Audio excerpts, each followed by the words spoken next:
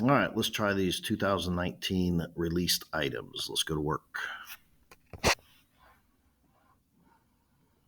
Question 1. Francine creates a bar graph showing the distance between her city and each state capital city in the United States. Which unit of measure would be appropriate unit for Francine to use to label her graph? Well, if we're talking about the label, that would be miles. Anytime you're talking about a map of the United States, map would be the most appropriate, miles would be the most appropriate measure for your map. Question 2. Which situation describes a quantity that increases by a constant percent rate? And that would be D. The number of magazine subscribers each year is 15% greater than the previous year. Goes up a constant percent. Number 3. Create an order pair that represents one point of the graph. I'm going to pull this one up and use Desmos. This would be a great opportunity for you to use Desmos.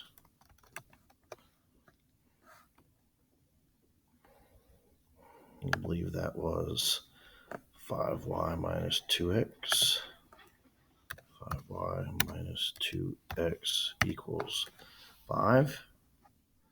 And you can put in any point that's here. I'm going to use one of these, but I could, hover over here and find another point like that and be correct, 2, 1.8, or I could find another lattice point like this one, which is 5, 3. I can put in any of those in there that work.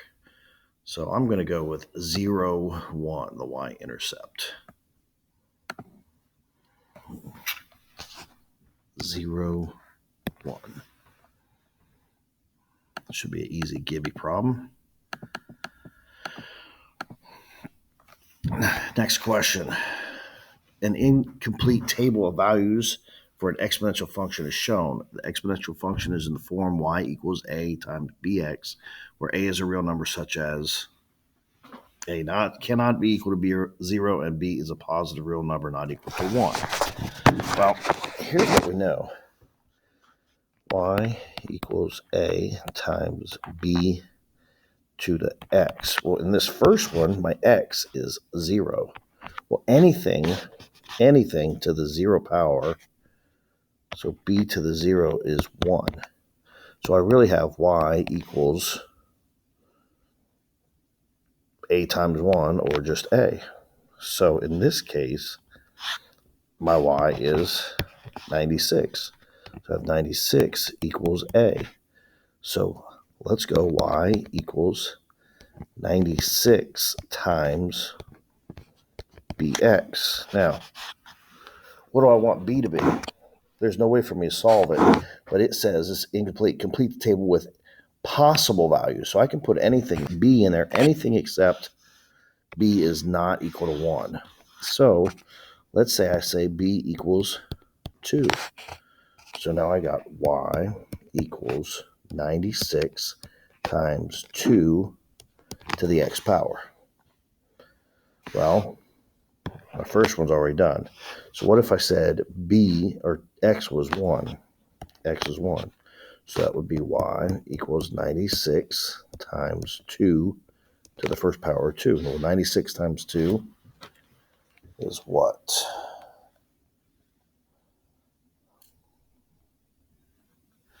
That's 192. All right, so now let's go and let's change that to 2 squared. So 96 times 4 is 384. 96 times 2 cubed, which is 8, is 768. Now that's one example. There's an infinite number of possible solutions because you can make this be anything you want not equal to 1. So there's all kinds of solutions. Now this was a very hard problem because they allowed you to put something in that really wasn't there. So I can understand that would be a hard problem. Michelle holds a small rock in her hand. Density can be found by using the formula density equals mass over volume. Remember, mass is kind of like its weight. So what unit would be most appropriate for calculating the density of a rock in Michelle's hand? Pounds would be okay, but millimeters cubed, that's tiny. And that's like very, very, very tiny, like microscopic almost. So that would be a no. Kilograms is like pounds over meters cubed. Well, meters like, bigger than 3 feet. So that wouldn't fit in your hand. A ton is too heavy. So correct answer, grams over centimeters cubed. Did I miss one? Yep. Here it is. What is the solution to? You could do this one any number of ways. We could just do this mathematically. 12x plus 60 equals 4x. Subtract 12x. 60 equals what? Negative 8x. Divide by negative 8. Divide by negative 8. So 60 divided by negative 8 is negative 7.5 equals x. I could do it that way, or I could use Desmos. I'm going to leave that to you. Next question. Okay. I think a lot of people had a hard time with this one. The values in several term sequence are shown in the table. So first thing I got to do is find my rate of change. This goes up 7. And this goes up 2. So my rate of change is rise over run. 7 over 2, which is 3.5. Well, I want to know what F1 is, so it's got to go down 3.5. So 5 minus 3.5 is 1.5. May have made that look too easy, but it was a lot harder than that.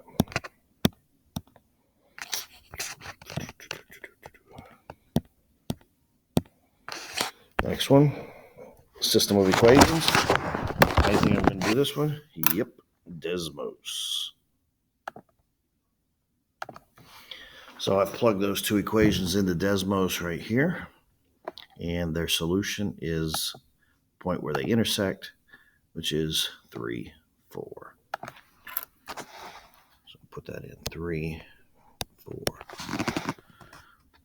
Pretty simple problem when you have Desmos. Next question. Given a function, use a point tool and to plot the zeros and the maximum or minimum of the function. So I basically just got to plot those 3 points given that function. Again, going to use Desmos.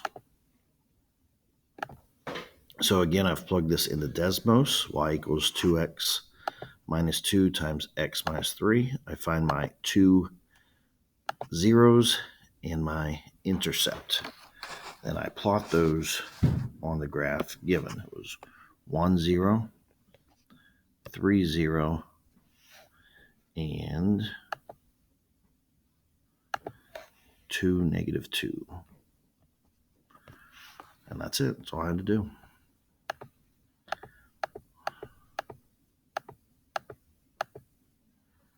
Now, this one is one we haven't talked a ton about. We talked a little bit about it way back when. Select all the correlation coefficients that represent a linear model with a weak correlation. Now, when it comes to this correlation, your correlation numbers are going to be between 0 and 1. The stronger it is, closer to 1 it is. The weaker it is, the closer to 0 it is. So the ones that would be strong would be any that's like above 0.5, which would be this one, and this one. Now, the positive, select all that represent a model with a weak correlation. Sorry, those would be positive, or strong. So this one would be weak. This would be very strong, very strong, very strong. This one would be weak. And depending on who you're talking about, I would say this one's weak as well. Let's see what they said. got 2.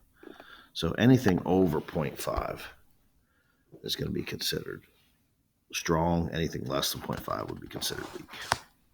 There we go. Oops, here we go. Here's 2 functions. Which statement about those are true? First thing I want to do is plug those into Desmos.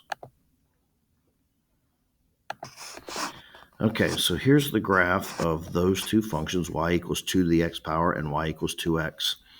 And we can see like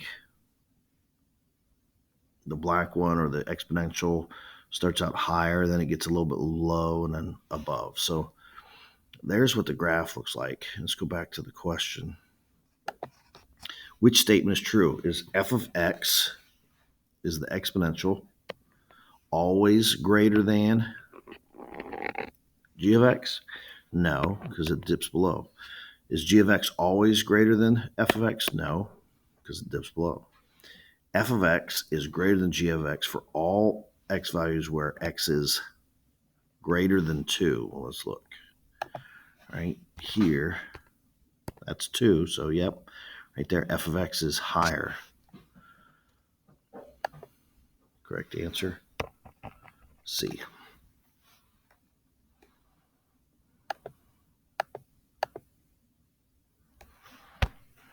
Number 26. Population of a town has grown by an average of 2,000 people per year. That tells me rate of change over the last 10 years. Which equation would represent an appropriate linear model for the population? Well, this one has a growth rate of 2,000, and it's the only one that has a rate of change of 2,000. So the answer is B. Fitness club changes. Before I even read this, I'm just gonna read the question, talk about how we got to answer the question. What does the number 30 represent? 30 is my rate of change, okay? Because it's in front of the X. So what are we talking about? The initial membership fee, the monthly membership fee, the number of months a person is a member, or total amount they pay? Well, that would be the monthly membership fee.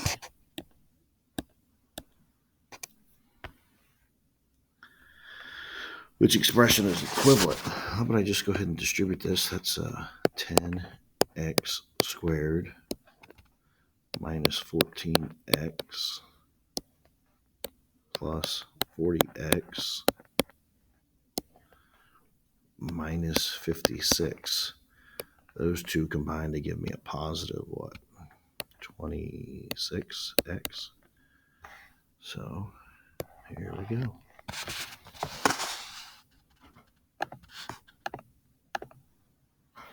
$31. Here's one of those two-way tables. I like these. I know not all of you do, but right. We're talking about study the growth patterns of sassafras trees and yellow birch trees in 88 counties in Ohio. There's a total of 88 counties. Approximately 27% of counties have both. Okay, which ones have both? Well, if I took 27%, this says approximately 0.27 times 88, that's 23.76. So I'm going to round that up to 24. Which ones have both? About 24. Okay. Yellow birch only grows in 24 counties. Yellow birch only grows in 24 counties. So now 24 plus 24 is 48. 48 plus 40 would give me 88. I've used both of these pieces of information. 1 out of 11 counties grows neither species. Well, if we're talking 1 out of 11, there's 88 counties, so that would be 8 out of the 88 counties grow neither. So 8 goes there. Well, 28 and 8 is 32. 88 minus, or excuse me, 88 minus 32 is 56. So 56 minus 24 is 32.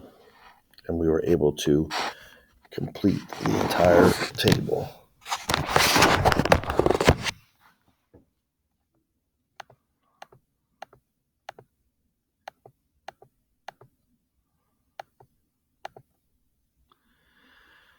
Given a linear function,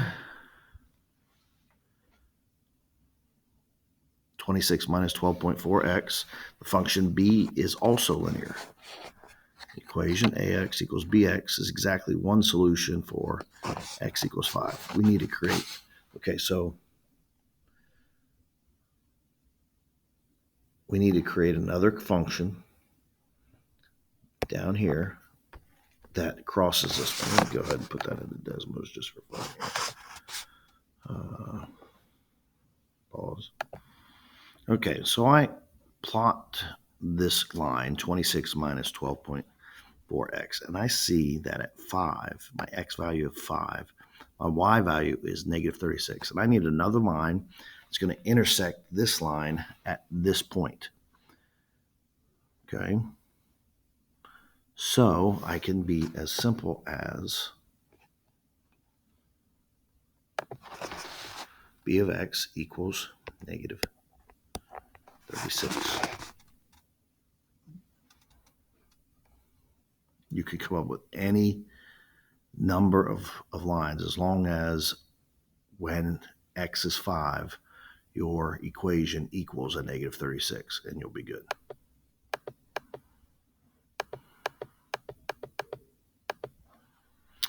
Next one, Tim's sorting a book collection into groups. He places each group onto bookshelves.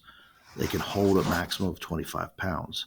His collection includes hardcover books that weigh 3 pounds each and softcover pounds that weigh 2 pounds each. Select all the possible number of hardcover books you could put on one shelf. So the softcover doesn't even mean anything to us. So how many can he put on one that holds 25 pounds? Well, can he put it on 3? Well, yeah, 3 times 3 is 9. So he can put that one on. How about 4? 3 times 4 is 12. So yeah, he can put that one on. How about 8? 3 times 8 is 24. That's less than 25 pounds. You can put that on. 3 times 9 is 27. Couldn't put that. It's too big. 3 times 12 is 36. Couldn't put that on. That would be too big as well. Boom.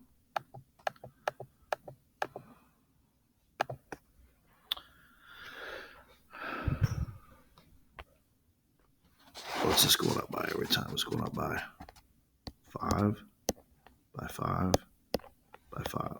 Okay, so this is a arithmetic sequence and goes up by 5 every time. So I would say y equals 5x plus 27.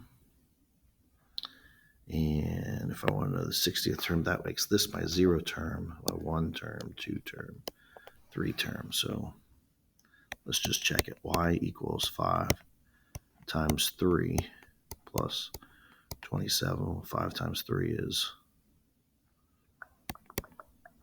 15 plus 27. So I got to take 1 from 60, so subtract 1. So to find this out, I would go y equals 5 times 59 plus 27, which is 322.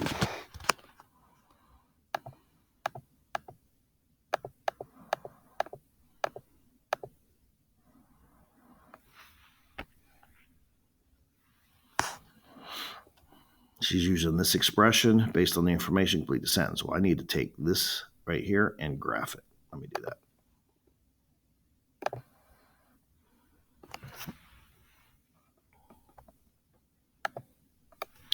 So Leanna sells for each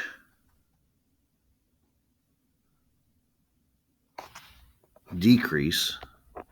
Oops, let me go down here a little bit so you can see the possible answers here. For each decrease in shirt price, and I can see the decreases right here, of $3, she will sell 5 more t-shirts in a month. 5 more.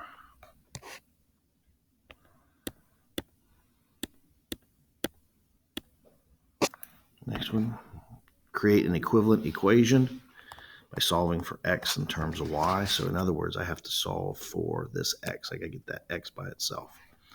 So y equals 3x plus c. If I got to get that by itself, I got to start by subtracting c. So I have y minus c equals 3x, divide by 3, divide by 3. So x equals y minus c over 3. Y minus c over 3.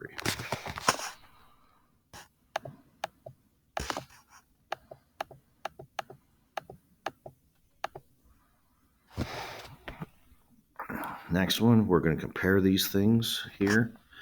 And this is my median here. So if this was team A, that would be there. My highest would be 92, which is right there. My lowest would be 62, which is right here. And 1, 2, 3, this would be my upper box. Should be way up here.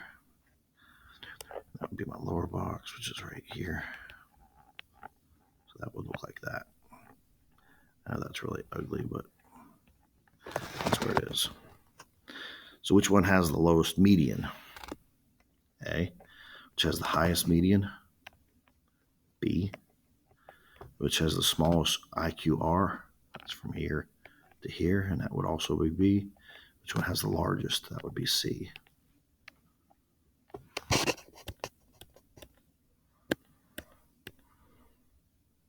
And that's it. Hope that was helpful. Have a great day.